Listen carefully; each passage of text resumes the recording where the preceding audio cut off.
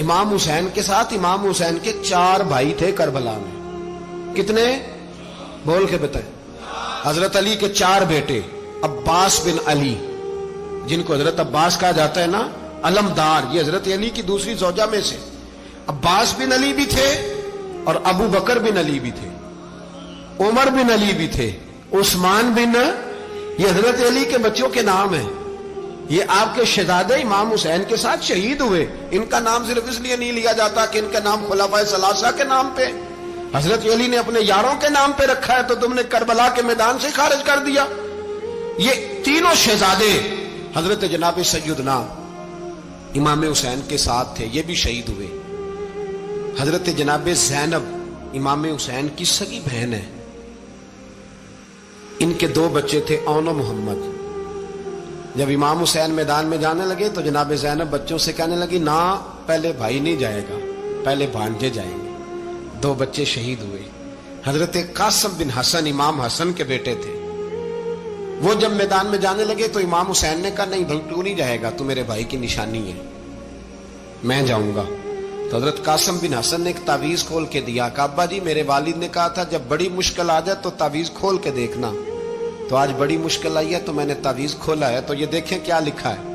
یہ تو رکا ہے، تعویذ ہے ہی نہیں. جب کھول کے دیکھا تو اس پہ لکھا تھا، قاسم اگر حسین پہ کوئی کڑا وقت آ جائے تو بیٹا کے آگے آگے رہنا، اگر کڑا وقت میرے بھائی پہ کبھی آ جائے نا، دیکھنا اس کے آگے آگے چلنا، اسے حسن کی کمی نہ محسوس ہو. پائیاں جہاں ساکھ نہیں کوئی جے وچ خار نہ ہوئے. سیدنا امام حسین پہلی دفعہ کربلا میں اس وقت روئے جب یہ رکا. آپ نے دیکھا تو فرمایا ٹھیک ہے، اگر حسن کی یہ وصیت ہے تو میں نے زندگی میں اگر ان کی ہر بات مانی ہے اب بھی مانوں گا، تمہیں اجازت ہے. جناب قاسم بن حسن 16 سال کا جوان جب میدان میں نکلے تو ہائے ہائے پتہ نہیں کہاں سے آ گئی ہے. امام قاسم بن حسن جب میدان میں نکلے تو تبری سے لے کر علامہ ابو الاسناد صاحب سب کو پڑھ کے تو دیکھو. 3 دن کی پیاس ہے، شدید آزمائش ہے، دکھ ہے، تکلیفیں ہیں، پھر بھی پہلی دفعہ جب میدان میں گئے ہیں واپس آئے ہیں 19 لوگوں کو قتل کر کے واپس آئے. 19 لوگوں کو ایک بار میں حضرت ایسے ہی تماشا بنا دیا. مظلوم تھے وہ تو رو رہے تھے.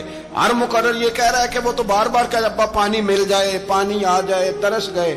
خدا کا خوف کرو، یہ دلیر لوگ تھے. ان کی باتیں آج بھی پڑھ کے دلیری پیدا ہوتی ہے، دلیری پیدا ہوتی ہے، دلیری. سناؤ قصہ خیبر کو تمامی اپنے بچوں کو. علی کی داستان سن کے دلوں سے ڈر نکلتا ہے. علی کی داستان سن کے دلوں سے یہ جو بچے ڈر رہے ہیں نا، وہ چمگادڑ آ گئی، کاکروچ آ گیا، یہ خوف نکل جائے گا اگر حضرت قاسم بن حسن کی بات سنیں گے. درجنوں لوگ آپ نے قتل کیے. ایک دفعہ آئے کہا چاچا یزید کا لشکر تو بڑا بزدل ہے، اگر چند قطرے پانی میرے حلق سے گزرے تو میں سارے کاٹ کے لے آؤں گا آپ کے پاس، چند قطرے. لیکن تھوڑی دیر گزری، عمر بن سعد کہنے لگا اکیلے اکیلے جاؤ گے تو علی کا پوتا ہے، یہ سب کو مار دے گا، کٹھے جاؤ. چاروں جانب سے تیر برسے. ایک تیر لگا آ کے گردن کے پیچھے، بس جناب سیدنا قاسم بن حسن گھوڑے سے نیچے گرے. تو جناب زینب حوصلہ کر کے آنسو سمیٹ کے کہنے لگی میں دیکھ رہی ہوں پردے کے پیچھے سے حسین میرے بھائی کا بیٹا گر گیا ہے، جا اسے اٹھا کے لا. حضرت امام حسین ان کو اٹھا کے لائے تو امام حسین نے سینے سے لگایا ہوا تھا تو ان کے پیر، ان کا قد لگتا تھا امام حسین سے زیادہ ہے. اٹھا کے لایا، لٹا دیا گیا. امام حسین کے اپنے بڑے بیٹے میدان میں نکلنے کو، علی اکبر نام ہے. جب جن لوگوں نے حضور کو نہیں دیکھا تھا وہ جب کہتے نا ہم نے نبی پاک کا دیدار نہیں کیا تو بتاؤ کس طرح کے تھے، تو بتایا جاتا تھا کہ جناب علی اکبر کا دیدار کرو، ہم شبیہ مصطفیٰ. اور جب وہ گلیوں میں نکلتے تھے تو عورتیں چھتوں پہ چڑھ جاتی تھیں. جناب علی اکبر رضی اللہ تعالیٰ عنہ تلوار لے کے میدان میں نکلے. جوان بیٹے دینے بڑے مشکل. او یارو رٹا کیا ہے یہ تو بتاؤ، کہ ظالم آدمی حکمران ہے یار، یہ رٹا ہے، ایک ظالم کا رستہ روکنا ہے. اس رٹے کے لیے ہم شبیہ مصطفیٰ جناب سیدنا امام علی اکبر میدان میں نکلے. بڑے لوگ مارے، بڑے. پھر ایک تیر ان کے بھی گلے میں لگا اور جب وہ گرے نا زمین پہ تو حضرت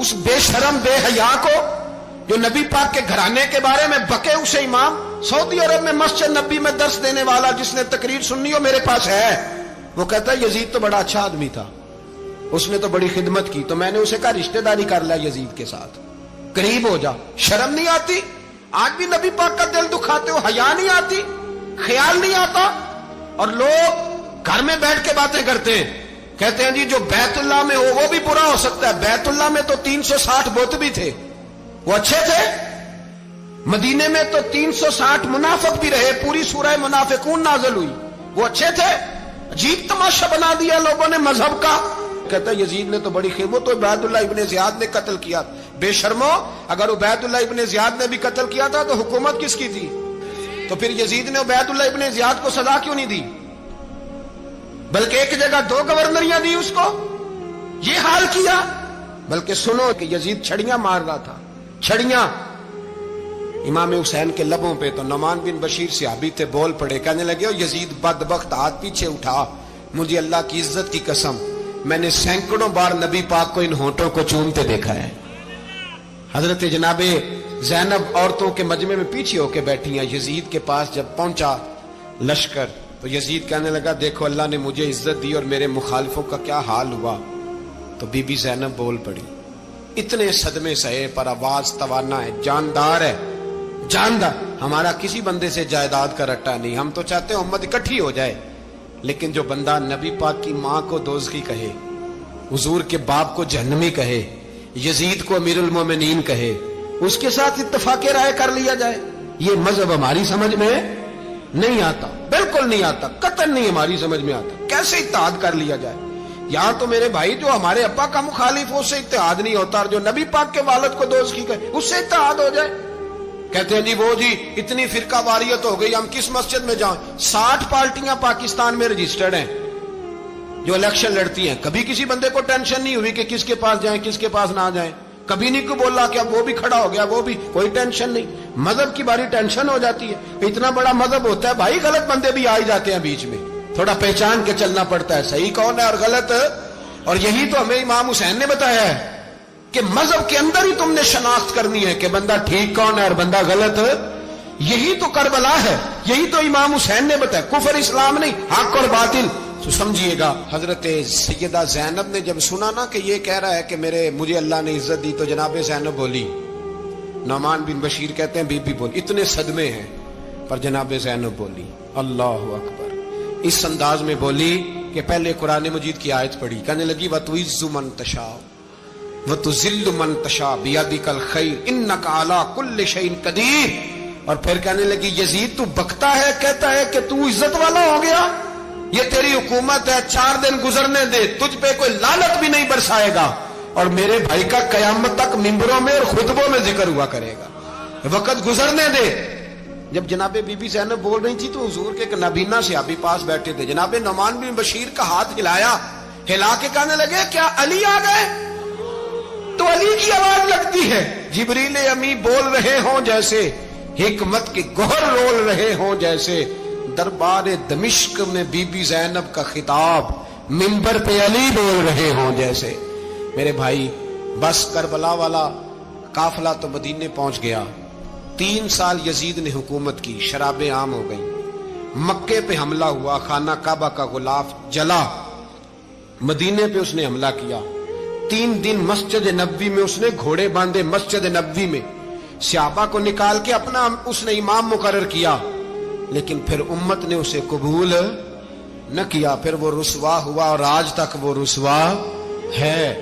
لیکن امام حسین کا نام کل بھی زندہ تھا اور آج بھی۔ درس یہ ہے، پیغام یہ ہے، پیغام یہ ہے، یاد رکھو موت تیزی سے آ رہی ہے، ہمارے ساتھ والے دائیں بائیں والے سب چلے گئے، اسی طرح نمبر لگے گا، ایک دن اعلان ہوگا۔ ضمیر کے قیدی بن کے زندگی نہ گزارو، بالکل نہ گزارو، یہ تھوڑی سی زندگی ہے، دنیا سجن المومن۔ حق بات کرو، حق پہ ڈٹنا سیکھو، دین سمجھو، خبردار رسول پاک صلی اللہ علیہ وسلم کے دین میں ظالم، جابر، فاسق، فاجر کی کوئی گنجائش قطع نہیں ہے۔ اپنے آپ کو سمیٹو، اپنے آپ کو سنبھالو، دین میں اپنا کردار ادا کرنے کی کوشش کرو۔ دین طلب کرتا ہے ہم سے کہ ہم نے دین کو کیا دیا ہے. امام حسین نے سارا گھرانہ دین کے لیے دے دیا. ہمارا جو بچہ کسی کام کا نہیں رہتا اسے مدرسے داخل کراتے. ہم نے دین اتنا کمزور کر دیا ہے کہ عالم اگر شور نہ کرے، عالم اگر شور نہ کرے، زور نہ کرے، گھٹن والا ماحول ہو گیا. مذہب کی پوزیشن کمزور کر دی. اب جہاں تک اس بات کا تعلق ہے جی فرقے ہو گئے، تو میرے بھائی یہ کوئی اتنی خطرناک بات، یہ کوئی اتنا مشکل معاملہ نہیں ہے. یہ تو امام حسین نے بتا دیا تھا کہ یزید کے طور پر ایک غلط فرقہ کھڑا ہو گیا ہے، لہذا اس کا مقابلہ کرنا ہے. اس میں کوئی بری بات ہے؟ لیکن ایک سبق ہے بزرگوں کا کہ اگر سچی بات بھی نہیں کرنی تو پھر اس منبر کا حق ادا نہیں ہوتا. جو سچ بولے وہ حسینی ہے، جو ظالم کے سامنے کھڑا ہو جائے وہ حسینی ہے. جو مصلحت کوش ہو، جو کہے ٹائم نہیں، گراؤنڈ ریالٹی نہیں، حالات نہیں، طبیعت نہیں، موقع نہیں، تو ابھی امام حسین کے پیغام کو نہیں سمجھا.